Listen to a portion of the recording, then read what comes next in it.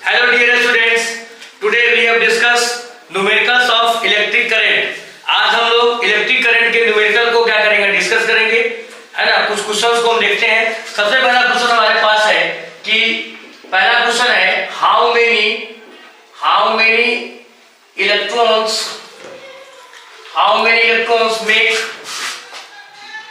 Make 1 coulomb of charge. कितने electrons मिलके 1 coulomb of charge को प्रोड्यूस करते हैं। एनसीईआरटी का क्वेश्चन है और बहुत ही कॉन्सेप्चुअल क्वेश्चन है और ये कॉन्सेप्ट आया था आपको क्वांटाइजेशन ऑफ चार्ज, एक टॉपिक है उसका ये क्वेश्चन है। क्वांटाइजेशन ऑफ चार्ज करने का मतलब है कि कितने क्वांटिटी में चार्ज आपके पास प्रेजेंट है। तो यहाँ पे टोटल चार्ज कितना है, 1 कूलम ऑफ चार्ज है और हमने पढ़ा है कि quantization of charge Q is equal to NE, यानी कि total number of charge present in the body is equal to NE। N मतलब होता है नंबर ऑफ इलेक्ट्रॉन्स और E मतलब होगा चार्ज ऑन 1 इलेक्ट्रॉन। तो टोटल चार्ज यहाँ पे कितना है, 1 कूलम है।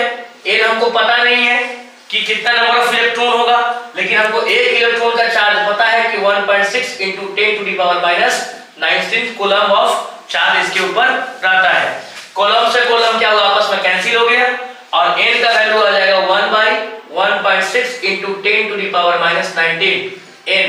अब हम 10⁻⁻19 को ऊपर ले जाएंगे तो वैल्यू पॉजिटिव हो जाएगा।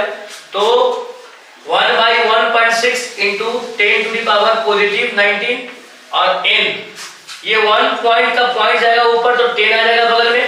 तो 10/16 × 10⁻19 हम क्या करेंगे, इस 10 को एक 10 और इसमें दे देंगे तो ये 100 हो जाएगा और यहाँ पावर 19 से 18 हो जाएगा। तो यहाँ पावर कितना हो गया, 100/16 × 10⁻18 इज इक्वल टू n और 16 से भाग करेंगे 100 में तो 6.25 × 10⁻18 इलेक्ट्रॉन्स आपस में कंबाइन करेंगे तो 1 कूलम ऑफ चार्ज प्रोड्यूस होगा। Okay, this is the correct answer. Calculate the resistance between point X and Y and A and B।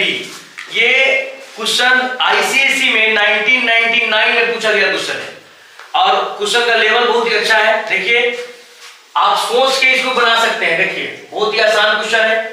यहाँ रेजिस्टेंस दिया हुआ है, बक्सा बनाकर रेजिस्टेंस दिया हुआ है ना, जैसा दिया बना दो बक्सा, है ना। फिर क्या कर रहा है, एक और बक्सा दिया हुआ है यहाँ पे। इसका ये मतलब है कि बॉक्स में क्या कर रहा है, रेजिस्टेंस को रिप्रेजेंट कर रहा है ना। इस रेजिस्टेंस का वैल्यू है कितना, 3 ओम और इस रेजिस्टेंस का वैल्यू है 3 ओम। दो रेजिस्टेंस का वैल्यू कितना है, 3 ओम है। ये पॉइंट C है, फिर यहां से एक बॉक्स निकला और इस बॉक्स का वैल्यू कितना है, 3 ओम और इस पॉइंट से ये बॉक्स फिर यहां पे आया और इस बॉक्स का भी रेजिस्टेंस का वैल्यू कितना है, 3 ओम। अब बीच में क्या है, एक लाइन पासिंग है जिसके अंदर भी क्या है, रेजिस्टेंस है और इस रेजिस्टेंस का भी वैल्यू कितना है, 3 ओम ही है। तो बोल रहा है कि कैलकुलेट, फर्स्ट पोजीशन में दे रहा है कि calculate the resistance between X and Y। इस फिगर के हिसाब से आपको X और Y के बीच का टोटल रेजिस्टेंस कैलकुलेट करना है, पहला पॉइंट। दूसरा पॉइंट बोल रहा है X एंड Y के बीच निकालिए रेजिस्टेंस और दूसरा पॉइंट बोल रहा है कि A और B के बीच रेजिस्टेंस निकालिए। A और B के बीच, यानी कि A और B के बीच रेजिस्टेंस निकालना है। हम सॉल्व कैसे करेंगे, स्टेप बाय स्टेप हम क्या करते हैं, इसको सॉल्व करेंगे। देखो बच्चों ध्यान से, जैसे ये 3 ओम और ये 3 ओम दोनों एक सोर्स पॉइंट C से निकला हुआ है और एक ही पाथ को फॉलो कर रहा है। अभी पाथ इसका डेविएट नहीं हुआ है, पाथ से अपना विचलन नहीं हुआ है, पाथ से अपना हटा नहीं है। तो ये दोनों किस में आ जाएगा, सीरीज में आ जाएगा। तो सीरीज में आ जाएगा तो टोटल रेजिस्टेंस यहां पे अगर निकालेंगे तो 3 ओम प्लस 3 ओम, तो रेजिस्टेंस इज इक्वल टू कितना आ गया वैल्यू, 6 ओम। बट जैसे ही ये पॉइंट X और Y के नजदीक आएगा तो यहाँ पे ये पैरेलल कॉम्बिनेशन में आ जाएगा, बिकॉज इसका पाथ क्या हो गया, डेविएट कर गया। तो जैसे कि एक बॉक्स का वैल्यू कितना आ गया हमारा, 6 ओम ऊपर का, और ये पाथ से आया, फिर पाथ उसको X और Y यहाँ मिल रहा है, X और Y, जिसका वैल्यू कितना यहाँ पे है, देखिए ध्यान से, ये X और Y पॉइंट है, यहाँ पॉइंट C से आया था। तो और इसका वैल्यू कितना है 3 ओम। स्पष्ट आपको दिखाई दे रहा होगा कि ये दोनों क्या है पैरेलल कॉम्बिनेशन यहाँ पे है। तो यहाँ पे रेजिस्टेंस का जो वैल्यू होगा 1/R is equal to 1/6 plus 1/3। हम एलसीएम लेंगे कितना हो जाएगा वैल्यू 6 1 जा और ये 2 जा, तो 1/R इज इक्वल टू कितना आया 3/6। तो R का वैल्यू कितना होगा 6/3, कट के वैल्यू कितना आएगा 2 ओम। तो ये 2 ओम जो रेजिस्टेंस है वो किसके बीच का है x और y के बीच का है। तो x और के y के बीच हमने क्या क्या कैलकुलेट कर लिया x और y के बीच का कितना वैल्यू आया 2 ओम। हमको a और b में जाना है, ध्यान दीजिएगा यहां तक का जो वैल्यू है उसका वैल्यू कितना आया 2 ओम आया। अब ध्यान दीजिएगा a और b में हम जब जाएंगे तो ये कैलकुलेशन जो हमारा जा रहा है a और b का, ध्यान दीजिएगा ये टोटल रेजिस्टेंस हमने x और y तक का कितना निकाला है 2 ओम। तो ये जब इसका डायग्राम जो बनेगा वो डायग्राम देखिए कैसे बन रहा है। डायग्राम के अलोंग आप अगर सॉल्व करते हैं तो बहुत ही आसान टॉपिक है। यहाँ पे कितना वैल्यू है इसका 2 ओम आ चुका है ना, x और y का वैल्यू 2 ओम, टोटल रेजिस्टेंस 2 ओम आ चुका है x और y के बीच का। हमको जाना है अब a और b के बीच, तो टोटल रेजिस्टेंस हमने 2 ओम निकाल लिया और यहाँ पे फिर ये 3 ओम है और ये भी 3 ओम है और ये पॉइंट है A और ये पॉइंट है B।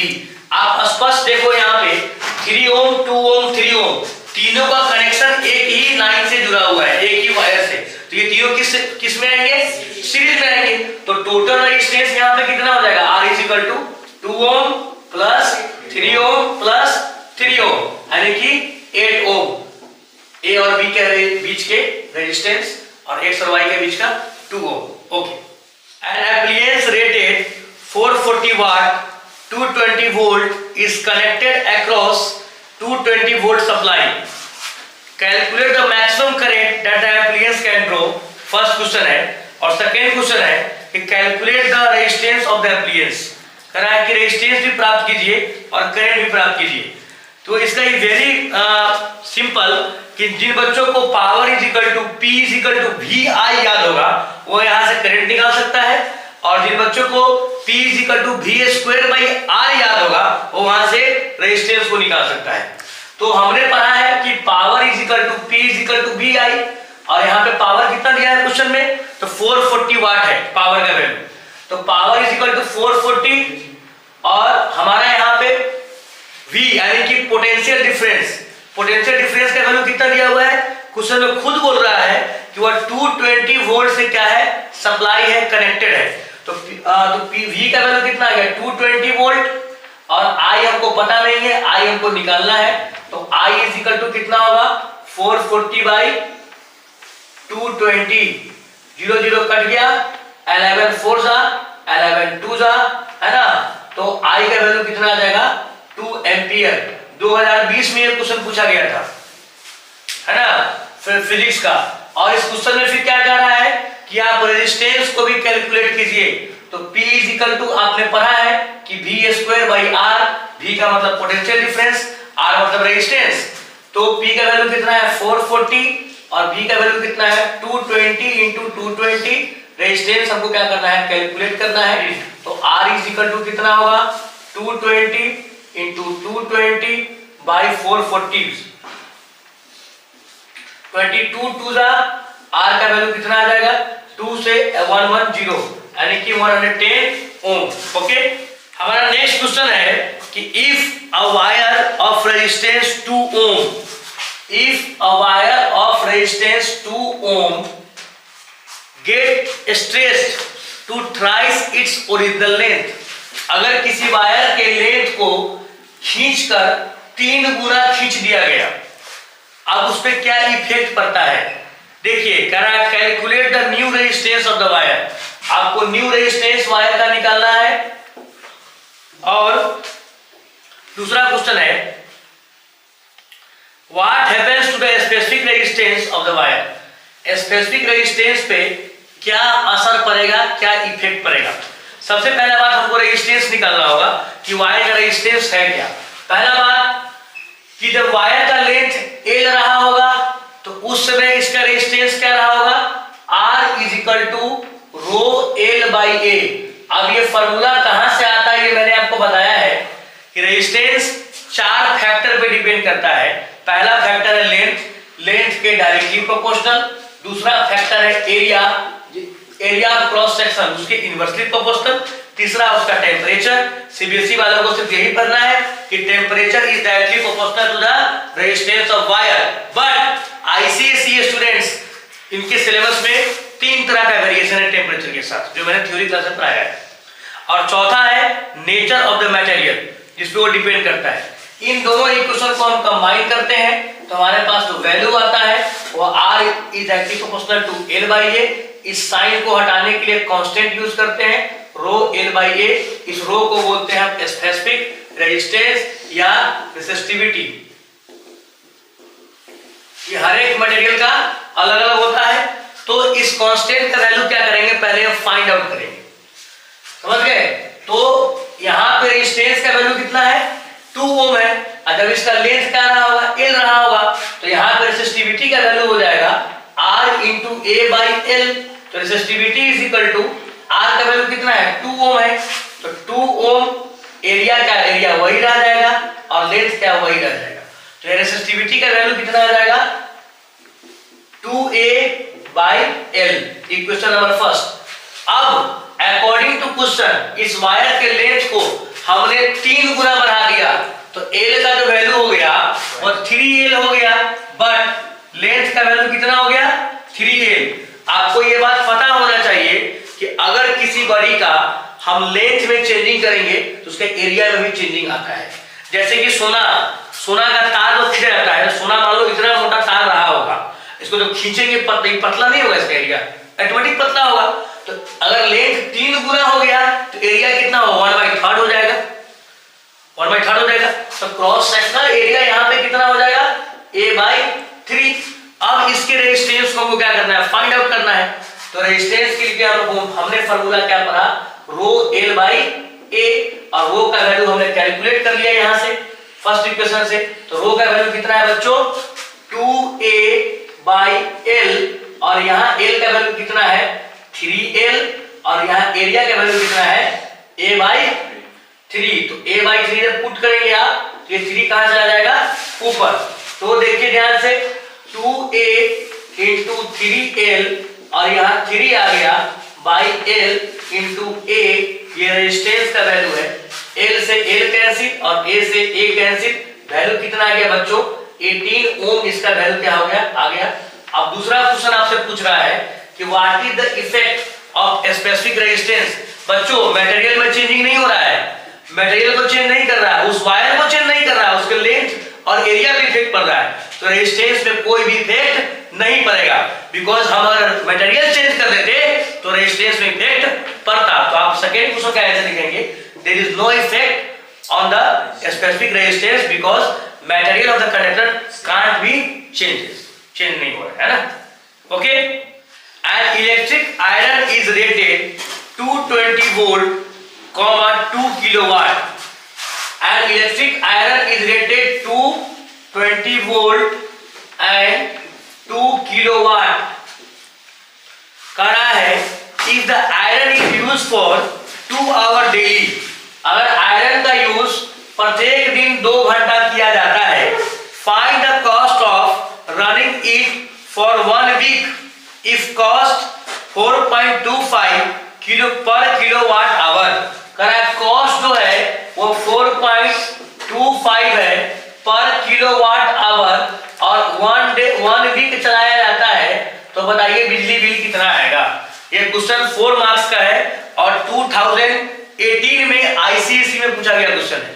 बहुत ही आसान क्वेश्चन है। आपने पढ़ा है कि energy is equal to power into time, because power equal to आपने पढ़ा है, पावर इज इक्वल टू पढ़ा है कि work done per unit time. तो कैसा work done, electrical work done, तो इलेक्ट्रिकल एनर्जी का कंजप्शन, तो electrical energy is equal to कितना होगा, पावर इनटू टाइम। और पावर यहां क्या दिया हुआ है, 2 किलोवाट। 2 किलोवाट पावर है, प्रत्येक दिन 2 घंटा चलाया जाता है। कितना दिन तक, 7 दिन तक। तो कितना पावर पूरा एनर्जी कंज्यूम होगा, पहले हम निकालेंगे इलेक्ट्रिकल एनर्जी कंजप्शन। तो E इज इक्वल टू आपने क्या पढ़ा, पावर इनटू टाइम। पावर का वैल्यू कितना, 2 किलोवाट, टाइम कितना 2 आवर, तो वैल्यू कितना आएगा 4 किलोवाट आवर। क्या बोल रहा है कि 1 वीक चलाना है, 1 वीक, तो एनर्जी कंजप्शन इन 1 वीक, एक सप्ताह में कितना एनर्जी कंज्यूम करेगा, तो E = 4 kWh into 7, 28 kWh। अब कह रहा है कि कॉस्ट को निकालिए, तो बहुत ही आसान है। 1 किलोवाट आवर का कितना कॉस्ट है, 4.2 रुपीस, तो 28 का कितना होगा, तो 28 इंटू 4.25, क्या कीजिए मल्टीप्लाई कीजिए, 24 इंटू 28 इंटू 4 112, अब प्लस 28 का 1/4 कितना होगा 7, जोड़ दो 119 रुपया खर्च होगा डायरेक्ट आंसर, रुपीज 119 खर्चा होगा। आप मल्टीप्लाई करके देख लो। ओके, गुना करने का तरीका भी है, देखो 28 फोड़ा कितना हुआ था 112 और 0.25 का मतलब कितना होता है बच्चा 1/4, तो 1/4